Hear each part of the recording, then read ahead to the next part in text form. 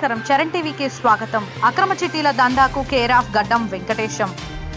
డబ్బులు సకాలంలో చెల్లించకుంటే భూములు రిజిస్ట్రేషన్ చేసుకుంటున్న అక్రమార్కులు. మెదక్ జిల్లా పెద్దశంకరంపేటకు చెందిన గడ్డం వెంకటేశం చిట్టీల దందా చేస్తూ కోట్లు సంపాదించారు. మెదక్ జిల్లా ఎస్పీని ఆశ్రయించిన పెద్దశంకరంపేట మండలానికి చెందిన బాధితులు డబ్బులు సకాలంలో చెల్లించని పలువురికి భూములు బలవంతంగా కోట్లాది విలువైన భూములు రిజిస్ట్రేషన్ చేయించుకున్న వ్యాపారి. పెద్దశంకరంపేట మండలంలోని బూర్గుపల్లి, తిరుమలాపూర్, కమలాపూర్, కోలపల్లి తదితర గ్రామాల్లో భూములు రిజిస్ట్రేషన్ చేసుకున్న డాన్ వ్యాపారి వేధింపులకు ఆత్మహత్యలు చేసుకున్న సంఘటనలు ఎన్నో ఉన్నాయి. జిల్లా ఎస్పీ అక్రమ చిట్టీల వ్యాపారి గడ్డం వెంకటేశంపై విచారణ చేసి చర్యలు తీసుకునేందుకు రంగం సిద్ధం చేసినట్లు తెలిసింది.